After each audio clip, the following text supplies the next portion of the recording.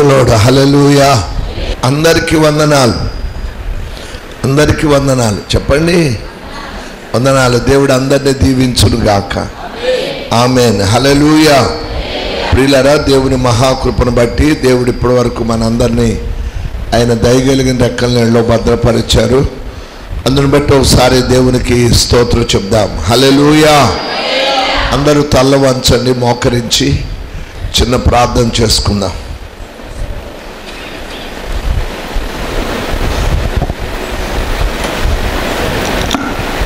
అందరూ తల్ల వంచి ప్రార్థనలో ఉందాం.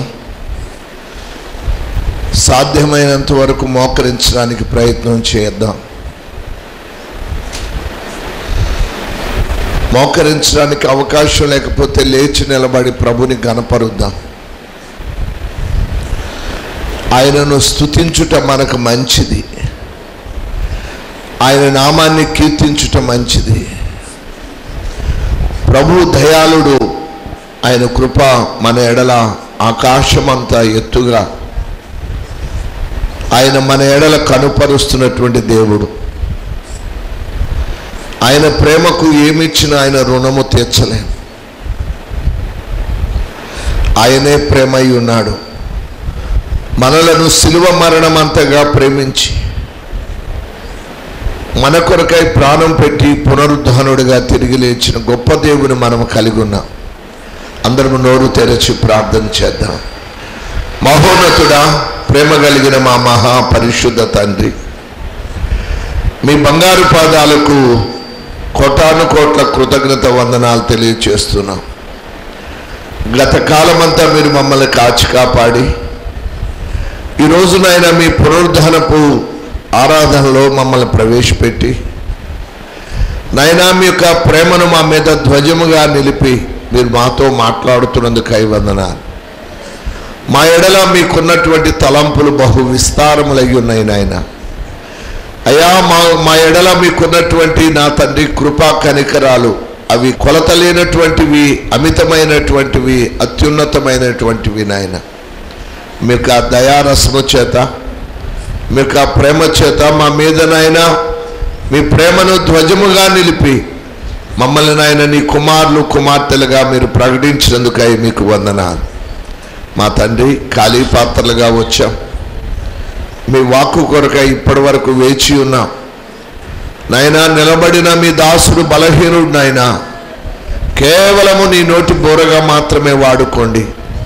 మానవ స్వరం మరుగు చేయండి అయ్యా. మీ యొక్క స్వరము మెల్లనైన మీ స్వరము వినగలిగిన కృపను, భాగ్యాన్ని మీరు మాకు అనుగ్రహించండి. మీ మాట వెల్లడి అవుట తోడనే వెలుగు కలిగిందని వాక్యం సెలవిస్తూ ఉంది. మా జీవితాల్లో ఉన్న చీకటి, పాపపు చీకటి వెలుగును నాయన, పాపపు చీకటిని తొలగించి వెలుగును దయచేసి నాయన మమ్మల్ని స్థిరపరచి బలపరిచి మీ ప్రేమకు సాక్షులుగా ప్రతి ఒక్కరిని వాడుకోమని యేసు క్రీస్తు వారి అత్యున్నతమైన నామములో ప్రార్థించి వేడుకుంటున్నాము తండ్రి. ఆమేన్, ఆమేన్, ఆమేన్. అందరూ కూర్చుందాం. దేవునికి మహిమ కలుగును గాక. హల్లెలూయా. అందరూ చెప్దాం హల్లెలూయా, హల్లెలూయా. ప్రియులారా, వాక్యంలోనికి వెళ్దాం. దేవాది దేవుడు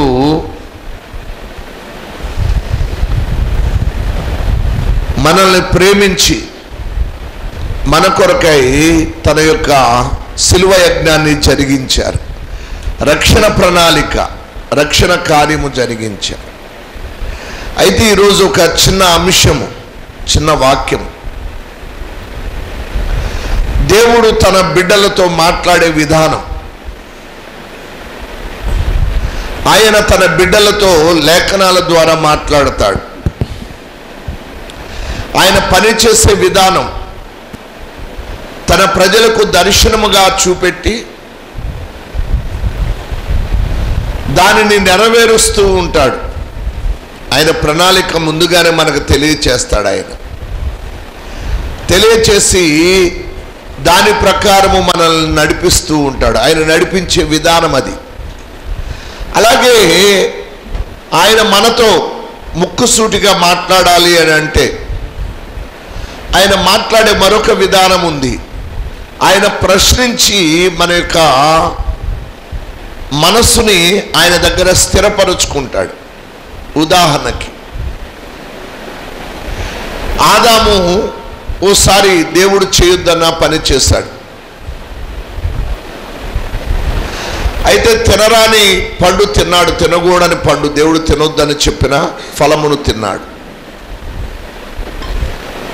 ఆదాము హవ్వలు చెట్టు చాటును దాక్కున్నారు. ఇప్పుడు దేవుడు ఆదామును అడుగుతున్నాడు, ఆదామా నీవెక్కడా? దేవుడికి తెలియదా ఆదాము ఎక్కడున్నాడో? తెలుసా లేదా? తెలుసు. ఓసారి యాకోబు యబ్బోకు రేవు దగ్గర నన్ను ఆశీర్వదిస్తేనే నిన్ను వదిలేస్తా అన్నాడు. అప్పుడు రాత్రి గడుస్తూ ఉంది. దేవుడు యాకోబుని ప్రశ్నించాడు, నీ పేరేంటి అని. యాకోబు పేరు దేవునికి తెలియదా? యాకోబు సంతతి ఇజ్రాయేలుగా చేశాడు, విస్తరించారు. ఐగుప్తు బానిసత్వానికి వెళ్ళారు. బానిసత్వంలో ఉన్నప్పుడు వారిని విడిపించడానికి దేవుడు మోషేని ఎంపిక చేసుకున్నాడు. మోషే అప్పటికే ఐగుప్తు యొక్క అధికారాన్ని వదిలిపెట్టి, ఆ రాజరికాన్ని వదిలిపెట్టి అతడు మిద్యాను ప్రాంతానికి పారిపోయి అక్కడ ఒక అమ్మాయిని పెళ్లి చేసుకొని అక్కడే కాపురం చేస్తున్న రోజులవి. తన మామ మందను మేపుతున్నాడు. పొద మండుతుంది దగ్గరలో, అది కాలిపోవడం లేదు. అటువైపు వెళ్ళాడు. దేవునికి అతనికి సంభాషణ జరిగింది. అయితే ఆ సమయంలో నేను వెళ్ళనంటే వెళ్ళను అంటాడు ఐగుప్తుకి. దేవుడు తన మహిమను మోషేకు చూపెట్టాలనుకొని ప్రశ్నిస్తాడు. నీ చేతిలో ఏముంది అంటాడు. మోషే చేతిలో ఏముంది? కర్ర ఉంది. కర్ర ఉందని దేవునికి తెలియదా? తెలుసు. కర్ర ఉందని తెలుసు. మళ్ళా నీ చేతిలో ఏముంది అని ఎందుకు అడగాలి? ఆదాము దాక్కున్నప్పుడు చెట్టు చాటును ఎందుకు దాక్కున్నావు? నేను దిగంబరినని గ్రహించి చెట్టు చాటును దాక్కున్నా. నువ్వు దిగంబరివని ఎవడు చెప్పాడు? నేను తినొద్దన్న పండు తిన్నావా? తిన్నాడన్న సంగతి దేవునికి తెలియదా? తెలుసా లేదా? తెలుసు. మరి దేవుడు ఎందుకు ప్రశ్నించాలి? యాకోబు పేరు దేవునికి తెలియదా? తెలుసు. మోషే చేతిలో ఏముందో తెలియదా? తెలుసు. దేవుడండి యోబుతో అద్భుతంగా మాట్లాడతాడు. యోబు గ్రంథంలో నుండి ప్రస్తావించని టాపిక్ ఉండదు. మీకు పరిశుద్ధ గ్రంథంలో ఏ అంశమైనా బోధపడాలి అంటే యోబు గ్రంథాన్ని చదివిన దాన్ని చదువుతూ ఉండండి. అయితే దేవుడు అనేక రీతుల్లో యోబు గ్రంథంలో నుంచి మనతో మాట్లాడతాడు. ఆయన మాట్లాడే విధానంలో అన్ని ప్రశ్నలు వేస్తూ ఉంటాడు. చేపకు ఈత నేర్పిన వాడెవడు? భూమికి పునాదులు వేసినప్పుడు, దేవదూతలు ఉదయ నక్షత్రాలు కూడి పాడినప్పుడు దానికి పునాది వేసింది ఎవరు? మకరాన్ని మీలో ఎవరైనా గాలం వేసి పట్టగలరా? మకరం అంటే, మకరము అంటే మకరందము కాదు, ముసలి. ముసలిని మీలో ఎవరు గాలం వేసి పడతారు? ఎవరు దాంతో ఆడుకుంటారు? ఎవరు దాన్ని తీసుకుని వెళ్ళి సంతలో అమ్ముకోగలరు? దాని మీద కూర్చొని దానితో స్నేహం చేయగలిగిన వాడెవడు? ఎవడు ఆ మకరాన్ని కత్తితో పొడిచి దాన్ని ఎవడు చంపగలడు? దాన్ని ఇనప సంఖ్యలతో ఎవడు బంధించగలడు? చాలా ప్రశ్నలు వేసి దేవుడు మాట్లాడే విధానం మరొకటి. అనేక విధాలుగా మాట్లాడతాడు. అయితే ఆయన ప్రశ్నించడంలో ఒక గొప్ప ఉద్దేశం ఉంది. ఆయన ప్రశ్నించడంలో గొప్ప ప్రణాళిక దాగి ఉంది. ఆదామా నీవెక్కడా అని అన్నాడు. దేవునికి తెలుసు. కానీ ఆదాము ఏమి చెప్తాడో. కొన్నిసార్లు మనం ఎలా ఉంటామంటే మనము ఏ స్థితిలో ఉన్నామో దాన్ని కప్పిపెట్టి మాట్లాడతాం. దేవుని దగ్గరకు వస్తాం, ప్రార్థిస్తాం, ప్రభువా నేను ఒకవేళ పొరపాటు చేస్తే నన్ను క్షమించు అంటాం. నువ్వు పొరపాటు చేసావు, నీకు తెలుసు ఆ సంగతి. నువ్వేదో చేయకూడని పని చేశావు, ఆ సంగతి నీకు తెలుసు. మాట్లాడకూడని మాట మాట్లాడావు, ఆ సంగతి నీకు బాగా తెలుసు. అయినా మన యొక్క నిజస్వరూపాన్ని కప్పెట్టుకుంటూ ప్రభువా ఏదన్నా పొరపాటును జరిగిస్తే నన్ను క్షమించు అంటాం. అది మానవ నైజం. అయితే దేవుడు ఆ విషయంలో కూడా యథార్థతను కోరుకుంటున్నాడు. ఆమేన్, హల్లెలూయా. అందరు చెప్పాలి హల్లెలూయా. ఒకవేళ పొరపాటున ఏదో మిస్టేక్ చేశావు, దాన్ని ఒప్పుకుంటే నిన్ను ఆశీర్వదించాలని దేవుడు చూస్తున్నాడు. ఆయన అంటాడు, అతిక్రమములను దాచిపెట్టువాడు వర్ధిల్లడు, వాటిని ఒప్పుకొని విడిచిపెట్టువాడు కనికరము పొందుతాడు. నువ్వే కానీ నిజంగా అలాంటి స్థితిలో కూడా ఒప్పుకొని ప్రార్థిస్తే దేవుడు నిన్ను ఖచ్చితంగా ఆశీర్వదిస్తాడు.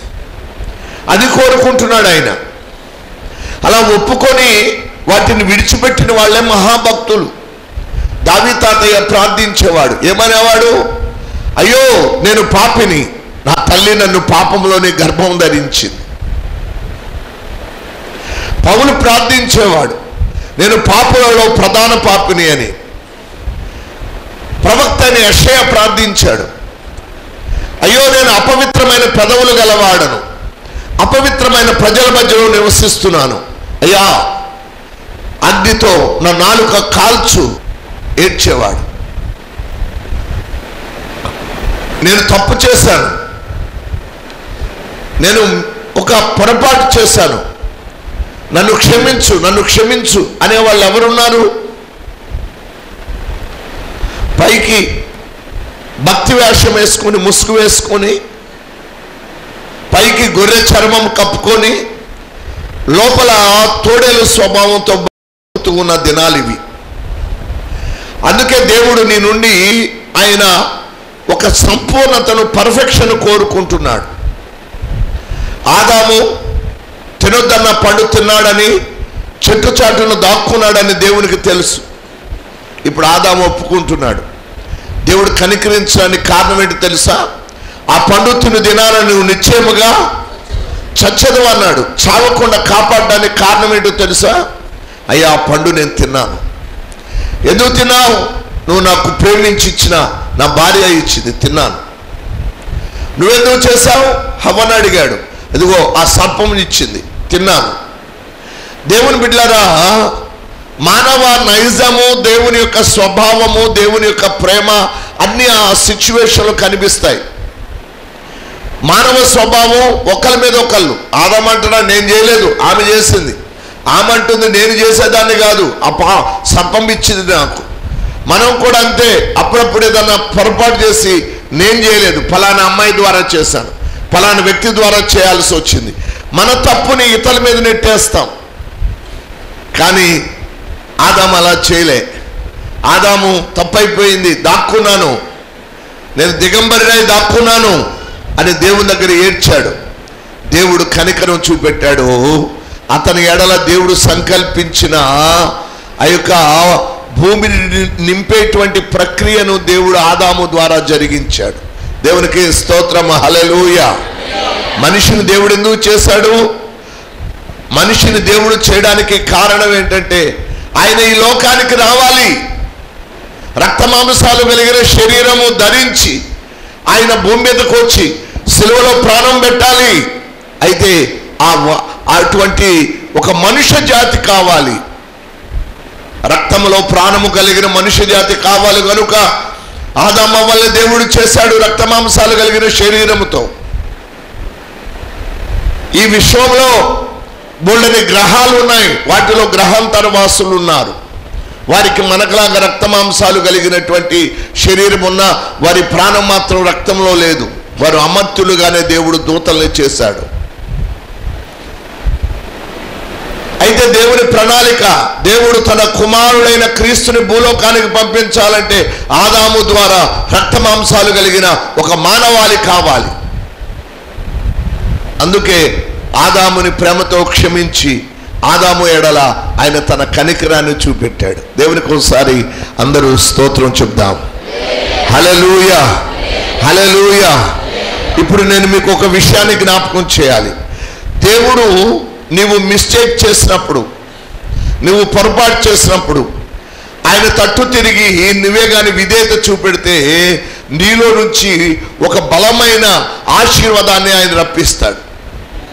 ఆమేన్. హల్లెలూయా, హల్లెలూయా. అతిక్రమాన్ని దాచిపెట్టుకోవడానికి దేవుని దగ్గర దేవునికి మరుగేముందండి? దేవునికి ఏదైనా దాచగలమా? ఆయన కనుదృష్టి నుంచి ఏ మనుషుడైనా తప్పించుకోగలడా? నో, ఎవరు తప్పించుకోలేం. కనుక మనకు ఒకే ఒక్క మార్గం, అయ్యా నేను పొరపాటు చేశాను, నేను పాపము చేశాను. దావీదు భక్తుల్లాగా ఏడవాలి. దావీదు కన్నీళ్ల చేత నా పరుపు తేలి ఆడుతుందని ఏడ్చేవాడు. అయ్యో నేను దౌర్భాగ్యుణ్ణి అని పౌలు ఏడ్చేవాడు. నేను పాపులలో ప్రధాన పాపిని పౌలు దేవుని దగ్గర ఏడ్చేవాడు. ఆ అనుభవాన్ని మనం ప్రాక్టీస్ చేయాలి. దేవభక్తి సాధనలో ఇది చాలా ప్రాముఖ్యం. ఏ కారణాన్ని బట్టి నువ్వు చేసావో దేవుడు అడగడు. నువ్వు అది చేసావా లేదా దేవుని దగ్గర ఒప్పుకొని విడిచిపెడితే ఆయన నిన్ను కనికరిస్తాడు. ఆమేన్. హల్లెలూయా, హల్లెలూయా. దేవుడు యాకోబుని అడిగాడు, నీ పేరేమిటి అని. అడగడానికి కారణం యాకోబు పేరు దేవునికి తెలియదా? అంతకు ముందే ఆశీర్వాదం కోసం తన తండ్రిని మోసం చేశాడు. తన తండ్రి ఇస్సాకు, తల్లి రిబ్కా. అయితే తండ్రి నిన్ను వృద్ధాప్యంలో అంధత్వంలో ఉన్నాడు, కళ్ళు కనిపించట్లే. అయితే రిబ్కా ఏం చేసిందంటే తండ్రి మాటలు విని కుమారుడా యాకోబు, మీ నాన్నగారు మీ అన్నను దీవించబోతున్నాడు. అయితే దీవెన అన్నది నీకు రావాలి. కాబట్టి నువ్వేం చేస్తావంటే అతనికి ఇష్టమైనటువంటి కూర చేసి తీసుకురమ్మన్నాడు. ఇస్సాకు దీవిస్తానన్నాడు. భార్యగా నాకు తెలుసు ఆయన ఇన్నేళ్ల సంసారిక జీవితంలో ఏది ఇష్టపడతాడు. అలాంటి వంటకం చేసింది. చేసి కుమారుడిని యాకోబుని తండ్రి దగ్గర పంపించింది. పంపించేటప్పుడు కూడా చాలా తెలివైంది రిబ్కా. ఏం చేసిందంటే ఒకవేళ గుడ్డితనంలో తడిమి చూస్తాడేమోనని ఏశావులాగా అతనికి పైన రోమాలని అతికిచ్చింది, పొదిగిచ్చింది, చర్మాన్ని కప్పింది. యాకోబు వెళ్ళాడు.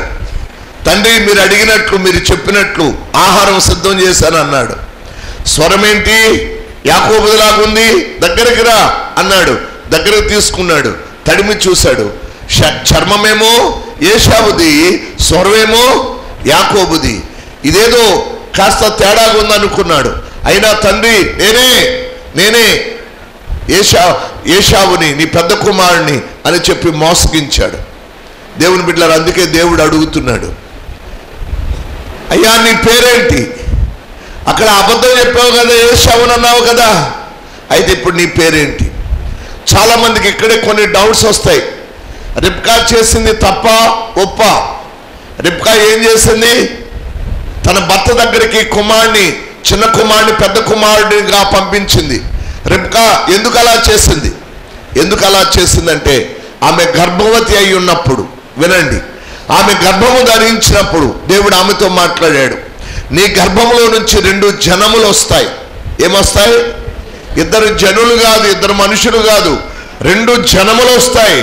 అందులో పెద్దాడు చిన్నాడికి దాసుడవుతాడు. దేవుడు ముందుగానే మాట్లాడాడు.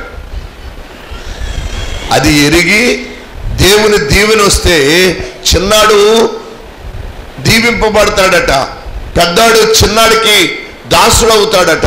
కాబట్టి చిన్నాడు రెండవదిగా పుట్టింది ఇతడే గాను, కానీ అతన్ని ఆశీర్వాదానికి వారసునిగా చేసింది దేవుని చిత్తమెరిగి. హల్లెలూయా, అందరు చెప్పాలి హల్లెలూయా. మనము కూడా దేవుని చిత్తమెరిగి, దేవునికి ఎవరు ఆయన ప్రణాళికలో ఉన్నారో, ఆయన ప్రణాళిక, ఆయన చిత్తమేమిటో మన విషయములలో ఎరిగి మనము పని చేయాలి. అప్పుడు దానిని ఆశీర్వదిస్తాడు తండ్రి. దేవుని బిడ్డలారా, యాకోబు ఇప్పుడు చెప్తున్నాడు, నీ పేరేంటి అంటే యాకోబునే అన్నాడు. అప్పుడు దేవుడు దీవించడం మొదలుపెట్టాడు. దేవునికి ఒకసారి స్తోత్రం చెప్దాం. హల్లెలూయా, హల్లెలూయా. మన ఆధ్యాత్మిక జీవితంలో దేవుడు అనేక పాఠాలు నేర్పుతూ ఉన్నాడు. మోషేని అడిగాడు నిర్గమకాండం 4లో, నీ చేతిలో ఏముంది అన్నాడు. తీయొద్దు, రిఫరెన్స్ చెప్పట్లేదు ఈరోజు, మీకు కావాలంటే తర్వాత చదువుకోండి. ఆదికాండం 3వ అధ్యాయం 9వ వచనం ఆదామును ప్రశ్నించడం, నిర్గమకాండం 4వ అధ్యాయం 2వ వచనం మోషేని ప్రశ్నించడం, అలాగే మీరే కానీ ఆదికాండం 32వ అధ్యాయం 27వ వచనాన్ని చదివితే యాకోబుని ప్రశ్నించడం. ఆదామా నీవెక్కడ? ఆదికాండం 3:9. మోషేతో నీ చేతిలో ఏముంది అని ప్రశ్నించడం, నిర్గమకాండం 4వ అధ్యాయం 2వ వచనం. యాకోబుతో నీ పేరేంటి అని ప్రశ్నించింది ఆదికాండం 32వ అధ్యాయం 27వ వచనం. తర్వాత ఇంటి దగ్గర చదవండి, తీరిగ్గా ఉన్నప్పుడు ఖచ్చితంగా మీరు చదవాలి. దేవుని బిడ్డలారా, దేవుడు మనతో మాట్లాడుతున్నాడు. మోషేతో మాట్లాడాడు. మోషేని మండుచున్న పొదలో నుంచి దేవుడు దర్శించాడు. దర్శించి ఐగుప్తుకు వెళ్ళు, నా ప్రజల యొక్క వేదన చూశాను, వారి దుఃఖాన్ని చూశాను, వారిని నేను విడిపించాలనుకున్నాను, అక్కడికి వెళ్ళు అంటే నేను వెళ్ళను అన్నాడు. కారణం ఏంటి? నీతో మాట్లాడుతుంది ఎవరో తెలుసా? దేవా, నాకు తెలుసయ్యా, నువ్వు ఉన్నవాడవి అనువాడవు అన్న సంగతి నాకు తెలుసు. కానీ నేను ఐగుప్తుకు వెళ్తే నన్ను నమ్మరు వాళ్ళు. నేను అక్కడి నుంచి పారిపోయి వచ్చాను, నాకు మాటలు కూడా సరిగా రావు, ఎన్ని వంకలు చెప్పొచ్చు అన్ని వంకలు చెప్తా ఉన్నాడు. ఎవరు? మోషే. మనం కూడా చాలాసార్లు దేవుడు పలానా పని చేయి అని చెప్తాడు. అయ్యా, నాకు ఆరోగ్యం బాగోలేదు, నాకు ఆర్థికంగా ఇబ్బందులు ఉన్నాయి, నా కుటుంబంలో రుణాలు ఉన్నాయి, నాకు పలానా బాధ ఉంది, ఇబ్బంది ఉందని దేవుడు చెప్పిన దేవుని చిత్తాన్ని నెరవేర్చడానికి అనేక సార్లు మనము దానిని దాటవేస్తూ ఉంటాం. మోషే అదే పనిలో ఉన్నాడు. ఐగుప్తుకు వెళ్ళి నా ప్రజలను విడిపించు అని చెప్తే నాకు మాటలు రావు అన్నాడు, ఒక సాగు చెప్పాడు. నన్ను నమ్మరు అన్నాడు, మాట మాంద్యము గలవాడు అన్నాడు, ఎన్నో సాకులు చెప్తున్నాడు. కానీ దేవుడు అతన్ని వదిలిపెట్టలేదు. కారణం ఏంటంటే అతడు చెప్తున్నవన్నీ అబద్ధాలని ఆయనకి తెలుసు. అప్పుడు అన్నాడు, నీకు ఒక సూచన చూపెడతా, నీ చేతిలో ఏముంది అన్నాడు. నీ చేతిలో ఏముంది? దేవునికి తెలియదా మోషే చేతిలో ఏముందో? అయ్యా, నా చేతిలో కర్ర ఉంది అన్నాడు. ఆ కర్ర కింద పడే, ఆ కర్ర గొర్రెలను మేపేటువంటి కర్ర, కాచేటువంటి కర్ర. అది కొంకి కర్ర. గొర్రెల కాపరికి కర్ర ఎలా ఉంటుందంటే చివర్లో ఇలా కొంకిలాగా ఉంటుంది. అవి పొదలు గొర్రెలు చిక్కుంటే దాంతోనే పైకి తీస్తారు. అలాగే ఏదైనా ఆహారము పచ్చిక వాటికి అందజేయాలంటే ఆ కొంకితోనే ఎరగదీసి వాటికి మేత వేస్తారు. అలా ఉపయోగపడే కర్రది. అయితే దాన్ని కింద పడేయమన్నప్పుడు పడేశాడు మోషే. ఇప్పుడు దాన్ని తోక పట్టుకోమన్నాడు, తోక పట్టుకున్నాడు. దేవుని బిడ్డలారా, ఇప్పుడు దేవుడు ఇక్కడ నేను మీకు మరొక పాఠాన్ని జ్ఞాపకం చేయాలి. దానిని కింద పడేయమన్నప్పుడు ఏమైంది? పామైంది. ఇప్పుడు దాన్ని ఏం పట్టుకోమన్నాడు? దాన్ని తోక పట్టుకోమన్నాడు. ఇప్పుడు తోక పట్టుకుంటే ఏమవుతుంది? వినండి, ఇప్పుడు తల, ఇది మౌత్ని గమనించండి, ఇది తల. అయితే దీన్ని కింద పడేశాడు, పామైంది. పామైతే దాన్ని తోక పట్టుకోమన్నాడు, చివర పట్టుకోమన్నాడు. ఇప్పుడు ఇలా పట్టుకున్నాడు చివర. ఇప్పుడు అది మళ్ళా కర్ర అయింది. కర్ర అయినప్పుడు దాంతో నడుస్తుంటే దాని తల ఏమవుతుందంటే కింద దిక్కుకు వెళ్తుంది. దేవుని బిడ్డలారా, సాతానుడు చాలాసార్లు అది మన చెవి దగ్గర చెడ్డ ఆలోచనలు చెప్తూ ఉంటుంది, దేవునికి లోబడని మాటలు చెప్తూ ఉంటుంది, పాపాన్ని విత్తుతూ ఉంటుంది. సాతానుగాడి యొక్క తలకు మన చెవిని అప్పగించకూడదు. అందరూ ఒకసారి గట్టిగా దేవునికి స్తోత్రం చెప్దాం. హల్లెలూయా, హల్లెలూయా. సాతానుకి మన చెవిని అప్పగించకూడదు. విన్నామా, పొరపాటున విన్నామా, మనము మునిగిపోతాం లోకంలో. పేతురండి సముద్రం మీద నడుస్తున్నాడు. నడుస్తుంటే 4 అడుగులు నడిచాక మునిగిపోయాడు. అతడు మునిగిపోవడానికి కారణం ఏంటనుకుంటున్నారు? దేవుని బిడ్డలారా, దేవుడు రా అని చెప్పినప్పుడు ధోనిలో నుంచి యేసయ్య దగ్గరకు నడుచుకుంటూ వెళ్ళే పెద్ద మనిషి 4 అడుగులు నడిచాక మునిగి పెట్టాడు. కారణం ఏంటంటే అతడు గాలిని చూసి భయపడి మునిగిపోసాగెను అని వాక్యం చెప్తా ఉంది. అతడు మునిగిపోవడానికి కారణం గాలిని చూశాడట. గాలి అంటే 2 రకాల గాలులు ఉంటాయి పరిశుద్ధ గ్రంథంలో. ఒకటి దేవుని సింహాసనం నుంచి వీచే గాలి, రెండవది సాతాను సింహాసనం నుంచి వీచే గాలి. గాలి గాలి కాదు, గాలి ఉపదేశానికి గురుతు. దేవునికి ఒకసారి అందరూ స్తోత్రం చెప్దాం. హల్లెలూయా, హల్లెలూయా.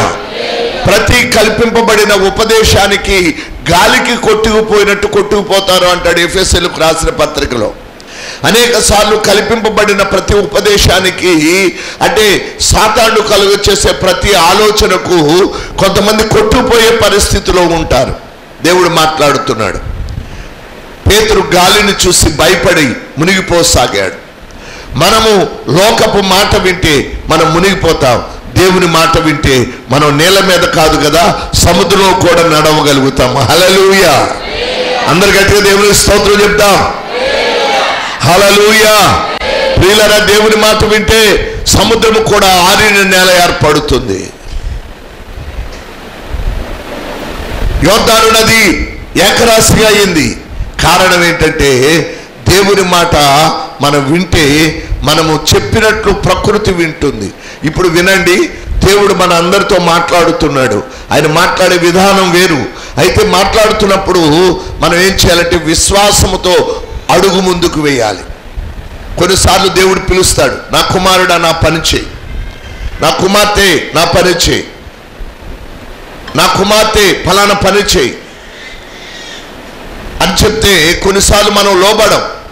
బైబిల్లో రండి, దేవుడు చెప్పినట్టు లోబడి దీవెలను చూసారే కానీ ఎవరు శాపాన్ని చూడలేదు. బైబిల్లో ఒక విధవరాలు ఉంది. ఏలియా దినాలవి, గొప్ప కరువు వచ్చింది. కరువు దినాలలో ఏలియా అడిగాడు ఆమెను, నీ దగ్గర ఏముంది అని అంటే, నా దగ్గర కొంచెం గోధుమ పిండి ఉందయ్యా, కొంచెం నూనె ఉంది, అయితే దాంతో నాకు ఒక అప్పాన్ని చేసి తీసుకురా. మనమైతే ఏమంటామంటే, నేను నా కొడుకు తిని చచ్చిపోదాం అనుకుంటుంటే మధ్యలో నువ్వెవడమయ్యా స్వామి, వెళ్ళు వెళ్ళు అంటాం. కానీ ఆమె అలా అనలేదు. ఆమె చేసి తీసుకొచ్చింది. కరువు దినములన్నిట్లో ఆమెను దేవుడు పోషించాడు. హల్లెలూయా, హల్లెలూయా. నా ప్రియులారా, దేవుని కుమారుడా కుమార్తె, దేవుడు చెప్పినట్టు నువ్వే కానీ చేయగలిగితే, మనం అలాగ అడుగు వేయగలిగితే ఏమవుతుందంటే దేవుడు నిన్ను అద్భుతంగా పోషిస్తాడు. ఆ దినాల్లో కరువుకి చనిపోయిన వాళ్ళు చాలా మంది, కానీ ఆమె కుటుంబం సురక్షితంగా ఉంది, క్షేమం కలిగి ఉంది. దేవుడు చెప్పినప్పుడు అడుగు వేయడానికి నువ్వు భయపడొద్దు, ధైర్యం వహించాలి.